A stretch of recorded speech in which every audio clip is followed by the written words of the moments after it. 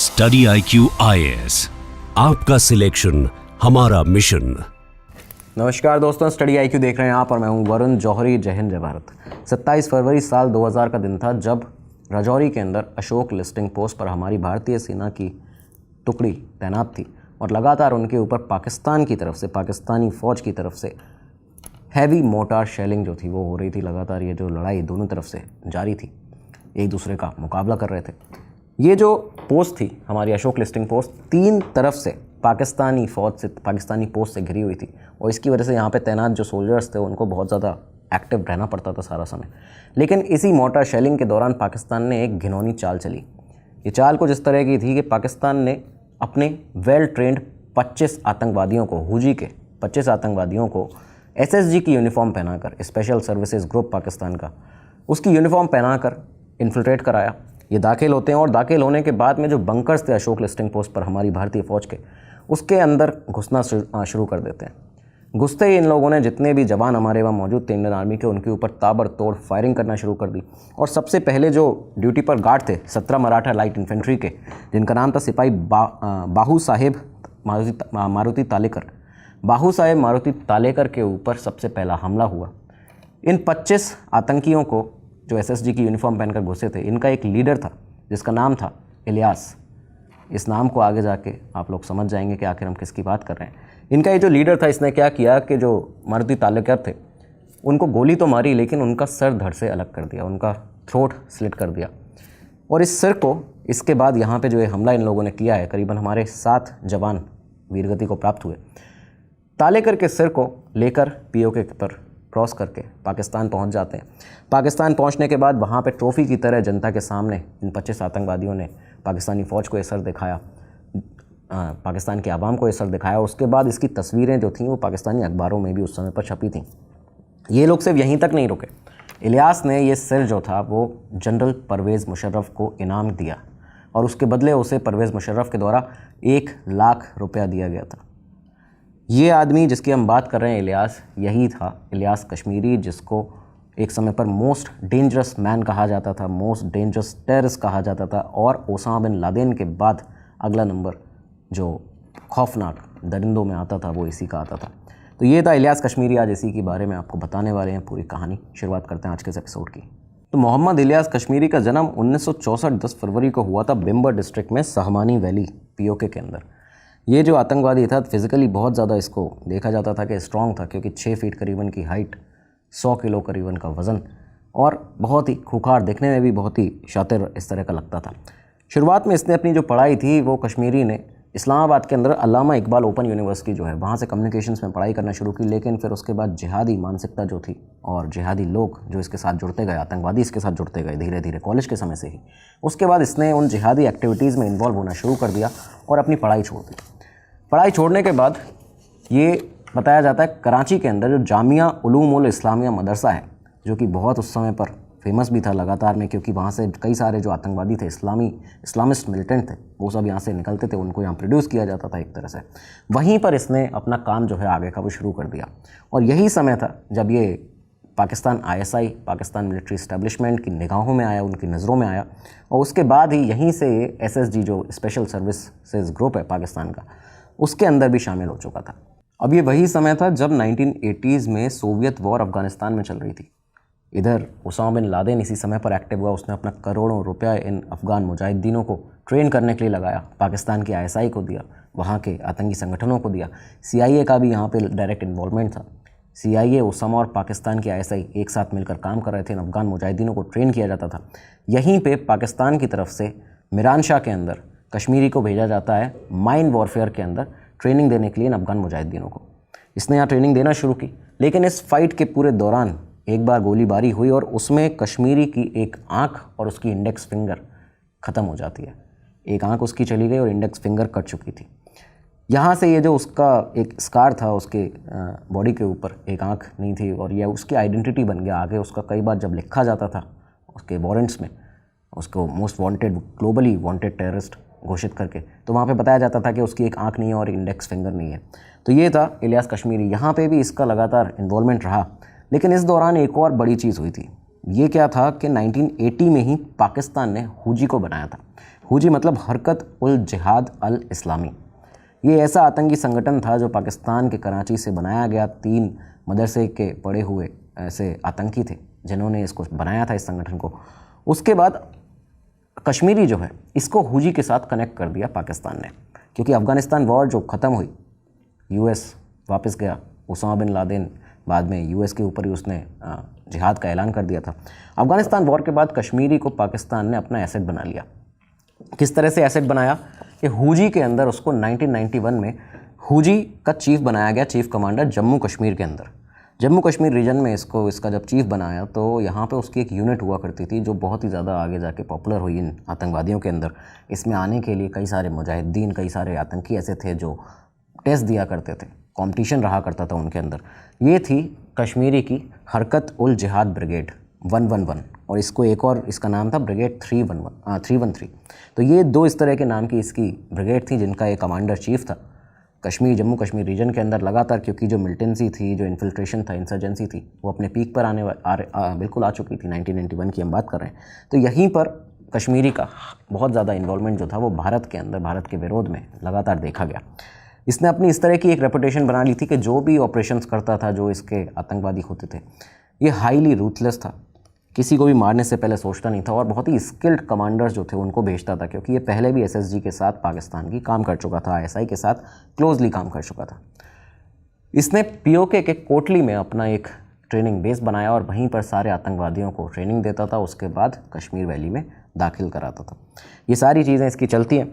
कश्मीरी का एक दफ़ा इंटरव्यू भी हुआ था, तब उससे पूछा गया था कि आखिर ये सब जो आपकी टैक्टिक्स हैं इनके बारे में आप क्या कहना चाहते हैं। उसने ये कहा था कि मैंने ये जो आर्ट ऑफ वॉर है वो अरब से सीखा है, और इसमें हम जो स्ट्रैटेजीज़ हैं रशियंस की और अमेरिकन्स की उनको भी यूज़ करते हैं। ये उसका खुद के बारे में एक राय थी। लेकिन अब आप देखिए कि ये वो समय आ चुका था 1991 से 1995 के बीच में, जब मौलाना मसूद अज़हर हरकतुल अंसार और हरकतुल मुजाहिदीन को एक साथ लाने के लिए लगातार जद्दोजहद कर रहा था। मसूद अज़हर को एक बहुत ही बड़े स्पीच देने वाले ओरेटर की तरह जाना जाता था, और कहीं ना कहीं इन 2 ऑर्गेनाइजेशंस के अंदर जो कलह चल रही थी भारत के अंदर, इसी दौरान 1994 में मसूद अज़हर का भारत आना होता है।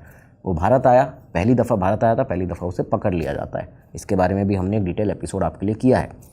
जब मसूद अज़हर यहाँ पर भारत के अंदर पकड़ा गया तो 1994 में इलियास कश्मीरी एक बार फिर सामने आता है।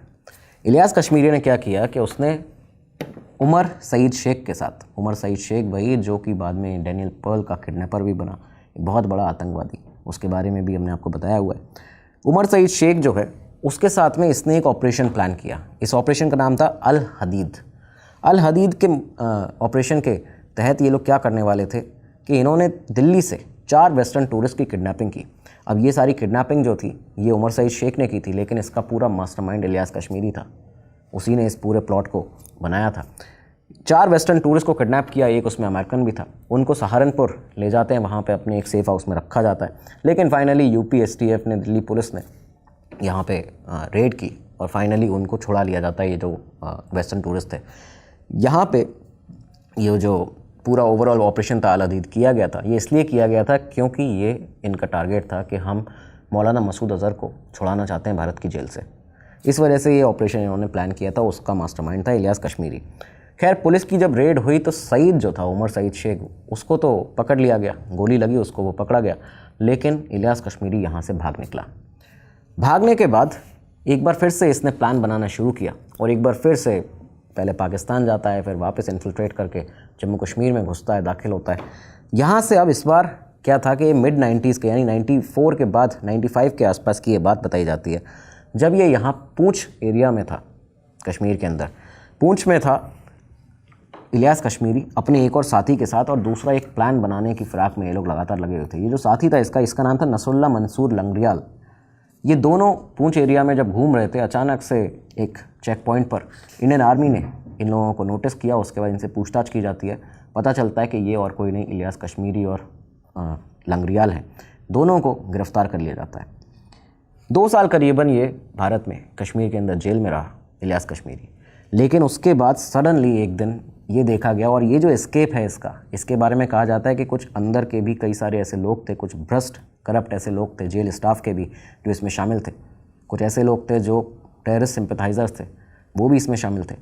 फाइनली इलियास कश्मीरी को यहाँ से छुड़ा लिया जाता है, ये एस्केप कर जाता है। वो आप देखिए कि ये तो यहाँ से एस्केप कर गया, सीधा पाकिस्तान भागा। पाकिस्तान जाके इसको एक लेजेंड का दर्जा दिया गया वहाँ पे ISI के द्वारा, वहाँ के लोगों के द्वारा, टेररिस्ट एक इनकी कम्युनिटी के अंदर। लेकिन जो लंगरियाल था वो आज भी यहीं पे कश्मीर के अंदर उस जेल में बंद है, वो यहाँ से नहीं निकल पाया। इसके बाद का ये जो समय है, अगर आप इसको ध्यान से देखें तो ये वही समय है जब मौलाना मसूद अज़हर को छुड़ाने के लिए 1999 कंधार हाईजैकिंग हुई। कंधार हाईजैकिंग में भी शामिल था इलियास कश्मीरी। ये सारी चीज़ें हुई। जैश ए मोहम्मद का फॉर्मेशन हुआ, जैश ए मोहम्मद बनाया मसूद अज़हर निकलने के बाद। ये सारी चीज़ें भी इलियास कश्मीरी के दौरान में ही हुई। लेकिन कश्मीरी यहाँ पे अब तक पाकिस्तान मिलिट्री और उसके इंटेलिजेंस इस्टेब्लिशमेंट का, ISI का पूरा एक इम्पोर्टेंट एसेट था, अब तक एसेट बन के रह रहा था। लेकिन जैसे ही जब 9/11 अटैक हुआ अमेरिका पर 2001 में, अलकायदा ने जब ओसामा बिन लादेन 9/11 अटैक किया है, इसके बाद सामने ये आया कि कश्मीरी जो था उसका कहीं ना कहीं एक डाउनफॉल जो था वो शुरू हो गया पाकिस्तान के अंदर। किस तरह से कि 9/11 अटैक के बाद मुशर्रफ ने अमेरिका का जो वॉर ऑन टेरर था उसका सपोर्ट करना शुरू कर दिया। परवेज़ मुशर्रफ, वही जिसको इनाम के तौर पर सर दिया था हमारे सिपाही तालेकर का इलियास कश्मीरी ला के, उन्होंने 1 लाख रुपए इसको दिए थे। वही मुशर्रफ ने, क्योंकि पाकिस्तान की तरफ से लगातार ये अमेरिका की तरफ से लगातार पाकिस्तान पर दबाव भी था, तो वॉर ऑन टेरर जो था उसमें अमेरिका की हेल्प करने के लिए मुशर्रफ ने ऐलान किया। ये बात कश्मीरी को बिल्कुल भी पसंद नहीं आई और यहीं से उसने कहीं ना कहीं उसकी जो एक नफ़रत थी वो मुशर्रफ के ख़िलाफ़ शुरू हो चुकी थी और पाकिस्तानी इस्टेब्लिशमेंट के ख़िलाफ़ भी अब वो जाने लगा था। खैर, सिर्फ यही कारण नहीं था इलियास कश्मीरी की पाकिस्तान से दुश्मनी का या पाकिस्तान मिलिट्री इस्टेब्लिशमेंट के अगेंस्ट जाने का। हुआ ये भी था कि जैश ए मोहम्मद बनने के बाद साल 2002 में पाकिस्तान की मिलिट्री इस्टेब्लिशमेंट ने कश्मीरी से ये कहा था कि अब तुम जैश ए मोहम्मद ज्वाइन कर लो, अब तुम्हें उसको ज्वाइन कर लेना चाहिए और यहाँ से SSG और बाकी जो तुम्हारे इंडिपेंडेंट ऑपरेशंस हैं उनको बंद करके अब जैश ए मोहम्मद के साथ में काम करोगे। इलियास कश्मीरी ने यहाँ पे इससे मना कर दिया था, इनकार कर दिया था, क्योंकि वो खुद में एक अलग पूरा ट्रेनिंग कैंप चलाता था, एक अलग उसकी ऑर्गेनाइजेशन थी, हुजी का चीफ कमांडर था जम्मू कश्मीर रीजन का। तो इसकी वजह से यहाँ से भी उसका एक रिफ्ट जो था वो आया था पाकिस्तानी मिलिट्री इस्टेब्लिशमेंट के साथ में। और इसके बाद पूरी तरह से 2003 में ये रिफ्ट तब आया जब उसने, कश्मीरी ने, मुशर्रफ के ऊपर एक असैसिनेशन अटैम्प्ट किया। ये असैसिनेशन अटैम्प्ट हुआ, यहाँ से क्रैकडाउन किया गया पाकिस्तानी फोर्सेस के द्वारा कश्मीरी के बेसिस पर, और फाइनली कश्मीरी को दिसंबर 2003 में अरेस्ट कर लिया जाता है। पाकिस्तान ने इसे अरेस्ट किया, 4 साल जेल में रखा। 4 साल जेल में रहने के दौरान कश्मीरी के हरकतें सारी जो थीं वो सारी शांत रहीं, उसने कुछ भी नहीं किया। जेल से निकलने के बाद 2007 में जब ये जेल से निकला है तब भी इसने कई दफ़ा अपना जो अंडरग्राउंड रहना उचित समझा, अंडरग्राउंड रहा भी। लेकिन इसके बाद एक बहुत बड़ा इंसिडेंट हुआ पाकिस्तान में, लाल मस्जिद इंसिडेंट कहा जाता है इसको। साल 2007 में हुआ क्या कि लाल मस्जिद इस्लामाबाद के अंदर जो पाकिस्तानी पार्लियामेंट है वहाँ से 2 किलोमीटर की दूरी पर इस लाल मस्जिद में एक बहुत ही बड़ा एक मदरसा जो था वो चलाते थे दो भाई थे जिनका नाम था अब्दुल अज़ीज़ और अब्दुल राशिद गाज़ी। ये दोनों ये जो मदरसा चलाते थे, यहाँ पे 2007 में देखा गया कि यहाँ पे कई सारे इनके जो स्टूडेंट्स थे, ये दरअसल एक एक्सट्रीमिस्ट का गढ़ बन चुका था पाकिस्तान के अंदर और पाकिस्तान इससे बहुत ज़्यादा परेशान हो गया था। यहाँ इस मदरसे के जो स्टूडेंट्स थे, जो इसके छात्र थे, इन लोगों ने वॉयलेंट होकर शरिया लॉ इन्फोर्स करने के लिए एग्रेसिव एक्शंस लेने शुरू कर दिए। पाकिस्तान में शरिया लॉ इन्फोर्स किया जाएगा और इस तरह की बातें यहाँ पे होने लगी। ये जो दोनों जिन्होंने इस पूरे मदरसे को इस्टेब्लिश किया था, अब्दुल अज़ीज़ और अब्दुल राशिद गाज़ी, इन दोनों ने भड़काऊ भाषण देना शुरू कर दिया। ये सारी चीज़ें जब पाकिस्तान में हुई तब जाके जो पाकिस्तानी मिलिट्री थी और पाकिस्तानी फोर्सेस हैं, पुलिस है, उन लोगों ने इनके ऊपर क्रैकडाउन करना शुरू किया। इस दौरान जब ये वॉयलेंट हुए थे, यहाँ के स्टूडेंट्स शरिया लॉ इन्फोर्स करने के लिए कह रहे थे, तो इन्होंने कुछ ऐसी गतिविधियाँ भी की जो कि पाकिस्तान के अंदर पहली दफ़ा हो रही थी। पाकिस्तान ने ये देखा कि इन लोगों ने क्या किया कि चाइनीज़ पार्लर जो थे, मसाज पार्लर्स, वहाँ से 9 वर्कर्स को किडनैप कर लिया, जिसमें से 7 महिलाएँ थीं। इसके अलावा उनको किडनैप करने के बाद जो कई और शॉप्स थीं, वीडियो शॉप्स थीं, वो जला दी गई। महिलाएं जो बाहर बुर्का नहीं पहनती थीं उनके ऊपर एसिड फेंकने की धमकियां देने लगे। ये सारी चीज़ें लगातार ये लोग कर रहे थे और इसकी वजह से चाइना ने पाकिस्तान के ऊपर बहुत ज़्यादा डिप्लोमेटिक प्रेशर डालना शुरू कर दिया। चाइनीज़ प्रेसिडेंट ने जब इनके ऊपर प्रेशर डाला, इन लोगों को, चाइनीज़ नेशनल्स को छुड़ाने के लिए, तो जुलाई 2007 में पाकिस्तान ने अर्जेंसी दिखाते हुए एकदम इमरजेंसी में एक ऑपरेशन किया। पाकिस्तान आर्मी ने ऑपरेशन साइलेंस लॉन्च किया। ये जो ऑपरेशन था 4 जुलाई को यहाँ पे इस मस्जिद के अंदर, लाल मस्जिद के अंदर फ़ोर्स को भेजा जाता है, वहाँ पे ऑपरेशन होता है। और इस ऑपरेशन में अब्दुल अजीज़ जो था वो बुर्का पहनकर भागा था। वो बुर्का पहनकर भागा, उसने कोशिश की भागने की, लेकिन पाकिस्तान में ही आउटर जो बॉर्डर है वहाँ पे इसको पकड़ लिया जाता है। इसके बाद पहला ये पकड़ा गया, अब दूसरा एक और जो अब्दुल राशिद था, राशिद गाज़ी, यही बचा हुआ था। तो यहाँ पे 10 जुलाई को जब ये सारे अंदर से वायलेंट हो रहे थे, जो इनके स्टूडेंट्स थे और अब्दुल राशिद गाज़ी था, तो 10 जुलाई को एसएसजी के जो कमांडर्स थे पाकिस्तान की, उन्होंने फाइनल असॉल्ट किया और अगले ही दिन अब्दुल राशिद गाज़ी जो था उसको मस्जिद के अंदर मार दिया जाता है। ये यहाँ पे मारा गया। 100 से ज़्यादा लोग बताए जाते हैं इस पूरे ऑपरेशन में, साइलेंस में मारे गए थे, ऑपरेशन साइलेंस के अंदर, इंक्लूडिंग अब्दुल राशिद गाज़ी।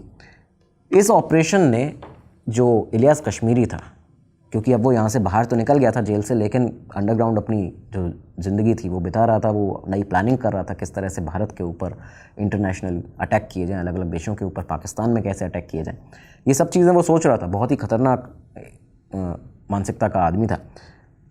इस ऑपरेशन के बाद पाकिस्तान आर्मी के, उसने पूरी तरह से, कश्मीरी ने एक बहुत ही बड़ा उसके अंदर बदलाव हुआ और उसने स्टेट यानी कि ये जो पाकिस्तान है, पाकिस्तान के अंदर ही जिहाद का ऐलान कर दिया। ये एक तरह से आप भी पहली दफ़ा सुन रहे होंगे कि किसी आतंकवादी ने मुखर तरीके से सामने आके पाकिस्तान के अंदर ही, पाकिस्तान के ऊपर ही जिहाद का ऐलान कर दिया था।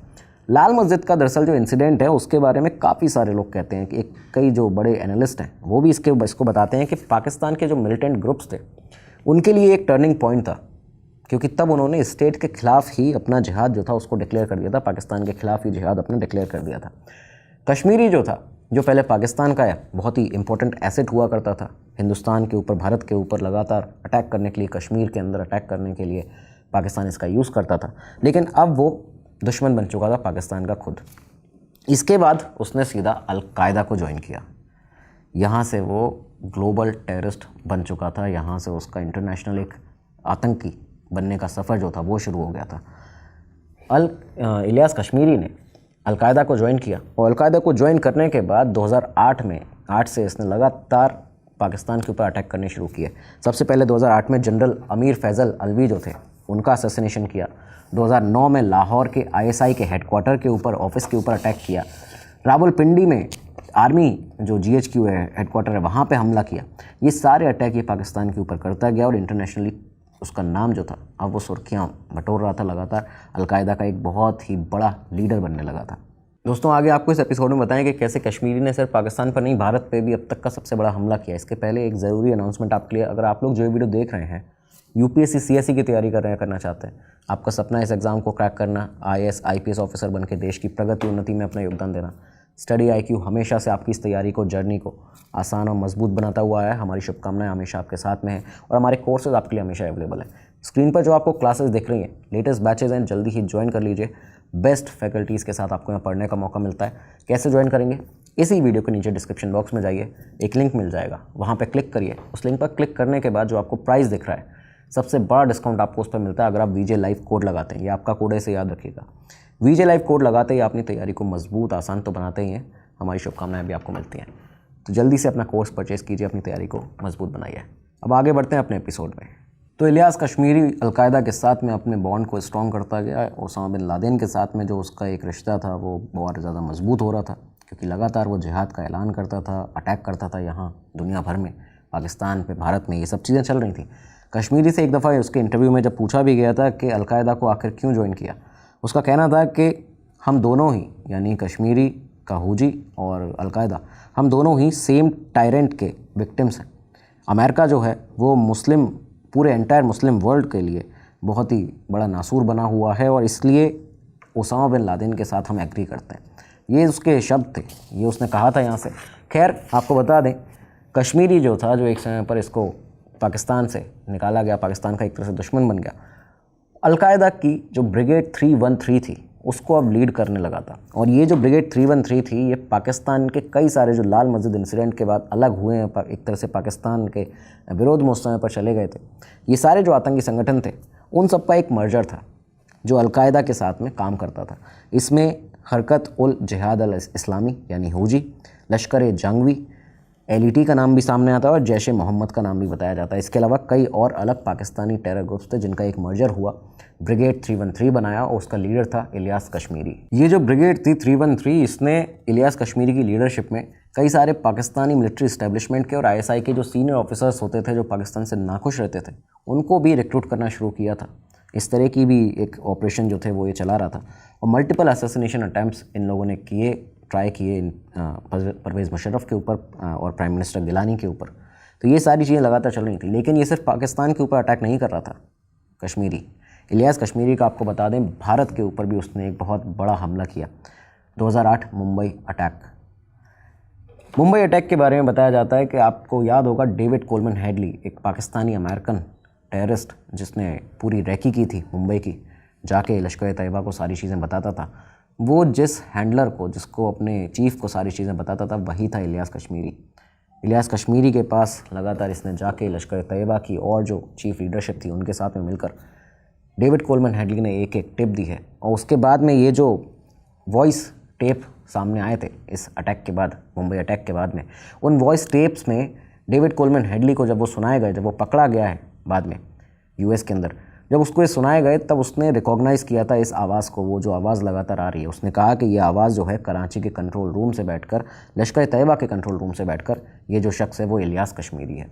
तो यहाँ पे भी इलियास कश्मीरी का नाम आता है 2008 मुंबई टेरर अटैक में। खैर, यहाँ से ये अकेला अटैक नहीं जो उसने भारत के ऊपर किया। इसके बाद जो अलकायदा इन कश्मीर है उसने फरवरी 2010 में एक बॉम्बिंग की थी भारत के अंदर, पुणे जर्मन बेकरी के ऊपर भी जो बॉम्बिंग थी उसके अंदर भी, जिसमें इंडियन मुजाहिदीन का नाम सामने आया था, यासीन भटकल, रियाज भटकल, उसमें भी इलियास कश्मीरी था जो इन लोगों को लगातार कहीं से इंटरलिंक अपना बना के इनको गाइड करता था, ट्रेन करता था। ये सारी चीज़ें जाके कश्मीरी तक ही लगती हैं, उसके साथ जाके मिलती हैं। इस वजह से उसको मोस्ट डेंजरस मैन कहा जाता है, मोस्ट डेंजरस आतंकवादी टेररिस्ट कहा जाता था।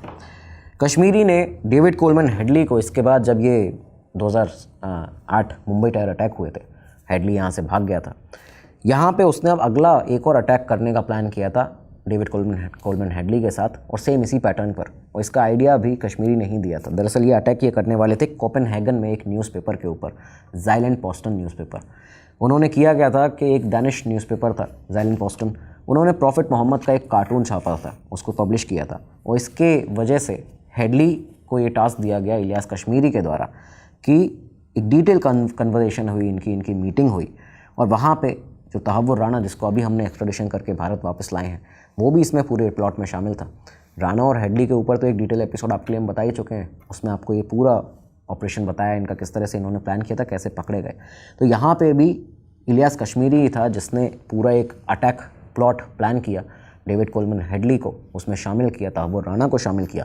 और ये लोग क्या करने वाले थे यहाँ पे, जो कश्मीरी का प्लॉट था वो ये था, इसने ये कहा था यहाँ पे कि आप लोग 4 ऐसे अटैकर्स होंगे जो जाएंगे उस बिल्डिंग के अंदर, ज़ाइलैंड पोस्टन न्यूज़पेपर की, वहाँ पे जाने के बाद में ऑटोमेटिक वेपन्स आपको दिए जाएंगे, तुम्हें गोली मारनी है उन लोगों को, जो उसका एडिटर है, जो कार्टूनिस्ट है, उनको, उसके बाद उनके सिर अलग करने हैं, उनको उनकी बेहेडिंग करनी है, और पहले गोली चलाना, गोली मारना, जिससे कि बेहेडिंग करना ईजी हो जाएगा। ये उसके वर्ड्स थे जो बाद में हेडली ने बताए हैं। बेहेड करने के बाद में तुम्हें उनके जो सिर होंगे वो खिड़कियों से बाहर फेंकने, और ये पूरा इंसिडेंट रिकॉर्ड करना है। ये इलियास कश्मीरी का पूरा स्टेटमेंट था जो बाद में बताया गया। तो इस तरह का खूंखार, एक खतरनाक आतंकवादी। खैर, बाद में ये जो प्लॉट था पूरा, इसको होने से पहले ही पकड़ लिया गया था, इन दोनों को, डेविड कोलमन हेडली और तहव्वुर राणा को।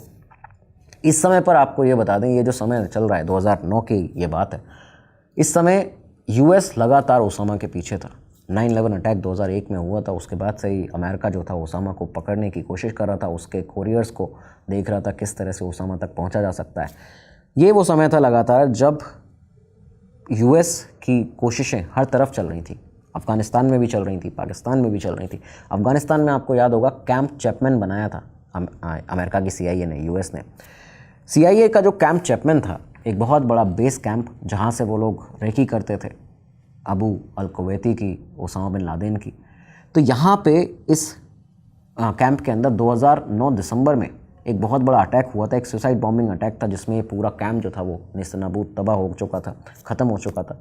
और इसके बारे में भी बताया जाता है कि ये जो अटैक था, उस बॉम्बर को भेजने का पूरा काम, इसमें भी इलियास कश्मीरी का नाम सामने आता है। आप सोचिए हर एक बड़े अटैक में इस आदमी का, इस टेररिस्ट का नाम था। और इसके बाद में ये 2010 तक तो कश्मीरी जो था वो one of the most wanted terrorist बन चुका था दुनिया का। यूएस गवर्नमेंट ने इसे ग्लोबली डेजिग्नेटेड टेररिस्ट घोषित कर दिया था, डिक्लेयर कर दिया था अगस्त 2010 में, 6 अगस्त को। और पाकिस्तान की इंटीरियर मिनिस्ट्री ने भी अपनी जो एक लिस्ट जारी की थी वांटेड टेररिस्ट की, आप देखिए पाकिस्तान की भी एक लिस्ट है क्योंकि उनके ऊपर भी अटैक किए गए हैं इसके द्वारा, उसमें ये नंबर 4 पर आता था। उस लिस्ट में ही नंबर 4 पर था। यूएस स्टेट डिपार्टमेंट ने $5 मिलियन का इनाम इसके सिर पे घोषित कर दिया था। ये सारा समय 2010 का है जब ये लगातार इसका नाम सुर्खियों में था।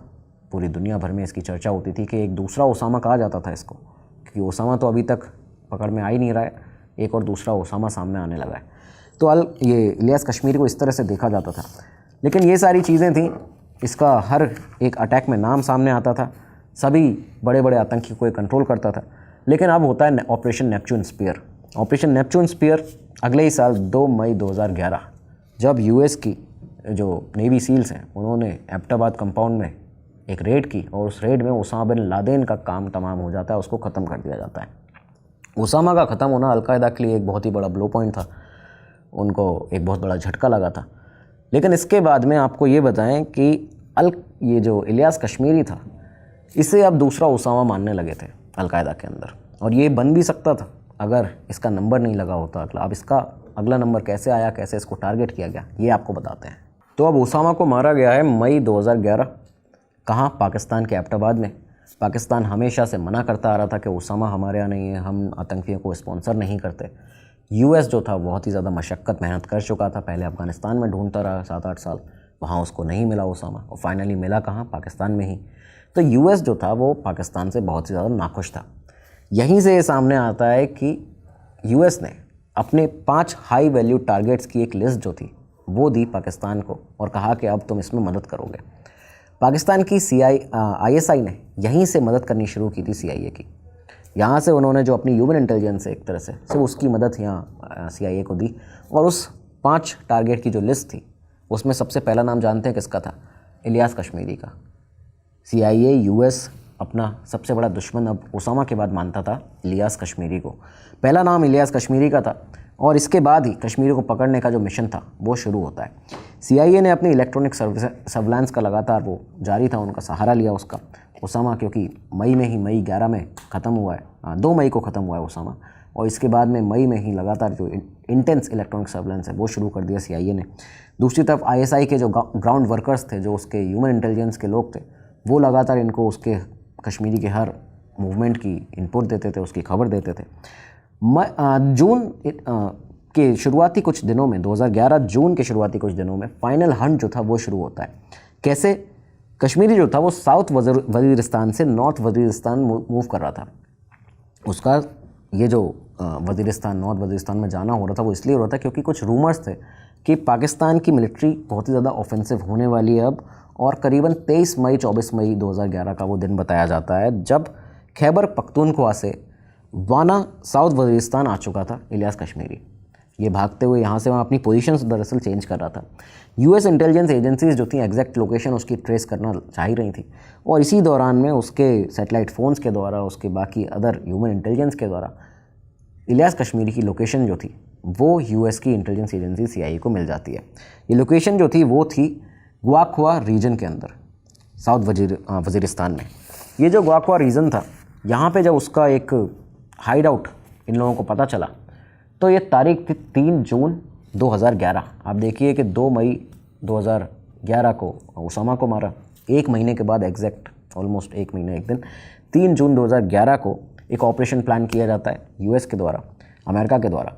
रात के करीबन 11:15 बजे के आसपास यूएस के जो प्रेडेटर ड्रोन्स थे वो ख्वाखा जो रीजन था उसके लामान विलेज, लामान गांव के पास में एक सेब का बगीचा था, वहाँ पे ऊपर मंडराने लगते हैं। और वो जो सेब का बगीचा था उसमें दरअसल एक कंपाउंड बना हुआ था, एक घर बना हुआ था, सेफ हाउस था। इसी घर के अंदर था इलियास कश्मीरी अपने बाकी अदर आतंकवादियों के साथ में, बाकी और टेररिस्ट के साथ में। यहाँ पे इस यूएस प्रेडेटर ड्रोन ने 4 हेल फायर मिसाइल्स जो थी वो शूट की हैं 2-2 राउंड्स में, और हर राउंड के अंदर 2 मिसाइल होती थी। इस तरह से कुछ ही सेकंड्स के गैप में इनको शूट किया गया। अचानक से ये जो कुछ सेकंड के अंदर शूटिंग स्टार्ट हुई यूएस प्रेडेटर ड्रोन्स के द्वारा, पूरा एरिया तहस नहस हो गया। यूएस के इस अटैक में कश्मीरी समेत 9 आतंकवादी ऐसे थे जो कि ख़त्म हो चुके थे, मार दिए गए थे। यहाँ पे इसका जो कन्फर्मेशन था वो इस तरह से हुआ कि जो हुजी का स्पोक्स पर्सन था अबू हंजला कशिर, उसने ये कन्फर्म किया कि हमारे अमीर यानी हमारे चीफ़ और कमांडर इन चीफ़ मौलाना इलियास कश्मीरी अपने कंपेनियंस के साथ में 3 जून 2011 की रात 11:15 बजे अमेरिकन ड्रोन स्ट्राइक में मारे गए हैं।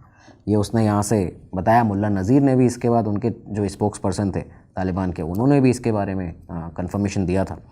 यूएस ने भी फाइनली 7 जुलाई को, 1 महीने के बाद में, आप देखिए 1 महीने के बाद CNN के थ्रू इस पूरे सीक्रेट मिशन के बारे में खुली जब उनको पूरा जब पता चल गया कि हाँ ये कंफर्मेशन है कि इलियास कश्मीरी मारा जा चुका है। क्योंकि दिक्कत ये थी कि तालिबान में जो ऑपरेशन हुआ तो बॉडी रिकवर नहीं की जा सकती थी।